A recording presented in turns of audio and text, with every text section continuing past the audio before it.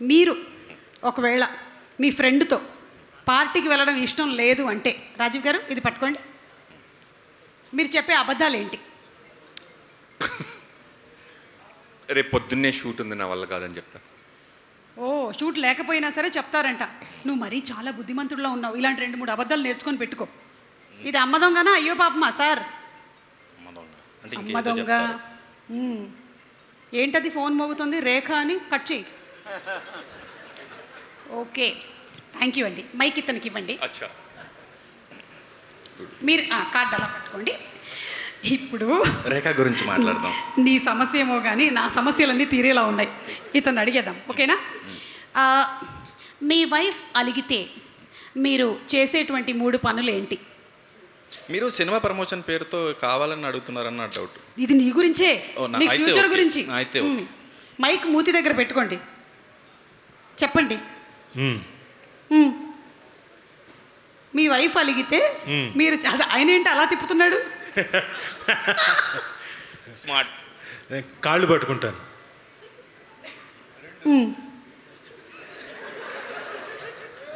కనీసం ఈవెంట్లో అయినా సర్లే ఒకటైనా చెప్పాడు. ఇది నీకు ఉపయోగపడడం కోసమే, నా గురించి కాదు, ఓకేనా?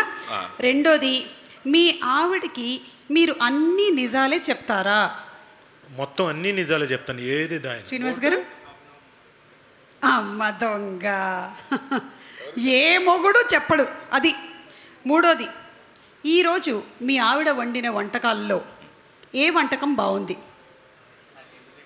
అంత క్యాబ్ తీసుకున్నారంటే లేదు, అన్నీ బాగున్నాయి. సారీ, అవియల్ బాగుంది, ఇంజుపులి బాగుంది, అదేంటది పైనాపిల్ పచ్చడి. అదేంటండి మీరు అమ్మ దొంగ అని పెట్టారు? ఇవన్నీ నిజాలు. లేదు పాప నిజంగానే వండింది. వీళ్ళిద్దరితో మాట్లాడొద్దు, మైక్ ఇవ్వండి. Thank you. ఓకే, విష్ణు గారిని మంచి క్వశ్చన్ అడుగుదాము. ఇక్కడే కొంచెం ఏసీ ఎక్కువ ఉంది, ఇక్కడే ఉందాం. కరెక్ట్. మీకు మీ ఆవిడికి ఏదైనా గొడవ జరిగితే, ఫర్ ఎగ్జాంపుల్ అంతే, అప్పుడు మీ వాళ్ళు ఎవరిని సపోర్ట్ చేస్తారు? లేదు, ఆయన చెప్పినటువంటి ఆన్సర్కి మీరు అమ్మ దొంగ లేదంటే అయ్యో పాపం చెప్పొచ్చు. మీ వాళ్ళు అంటే మీ అమ్మగారు నాన్నగారు ఎవరిని సపోర్ట్ చేస్తారు మీ ఇద్దరి మధ్యలో గొడవ జరిగినప్పుడు? అంటే ఎప్పుడు జరగలేదండి, జరగకూడదు కదా. అవును, జరగకూడదు.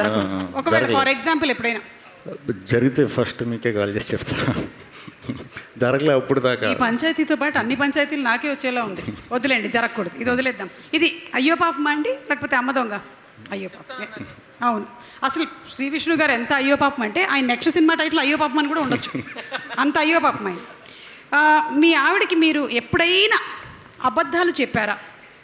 చెప్పానండి. ఓకే, మోస్ట్ రీసెంట్ ఇన్సిడెంట్ ఏంటో మేము తెలుసుకోవచ్చా? అంటే అబద్ధం అంటే 9 గంటల ఫంక్షన్ అయిపోతుంది, ఇంటికి వచ్చేస్తాను అన్నాను. ఓకే, పద వెళ్ళిపోదాం. ఇది అయ్యో పాపం అండి? అయ్యో పాపం ఆయన కాదు, నేను. పద. థ్యాంక్స్ అండి. ఆ మైక్ మీ దగ్గర పెట్టుకోండి.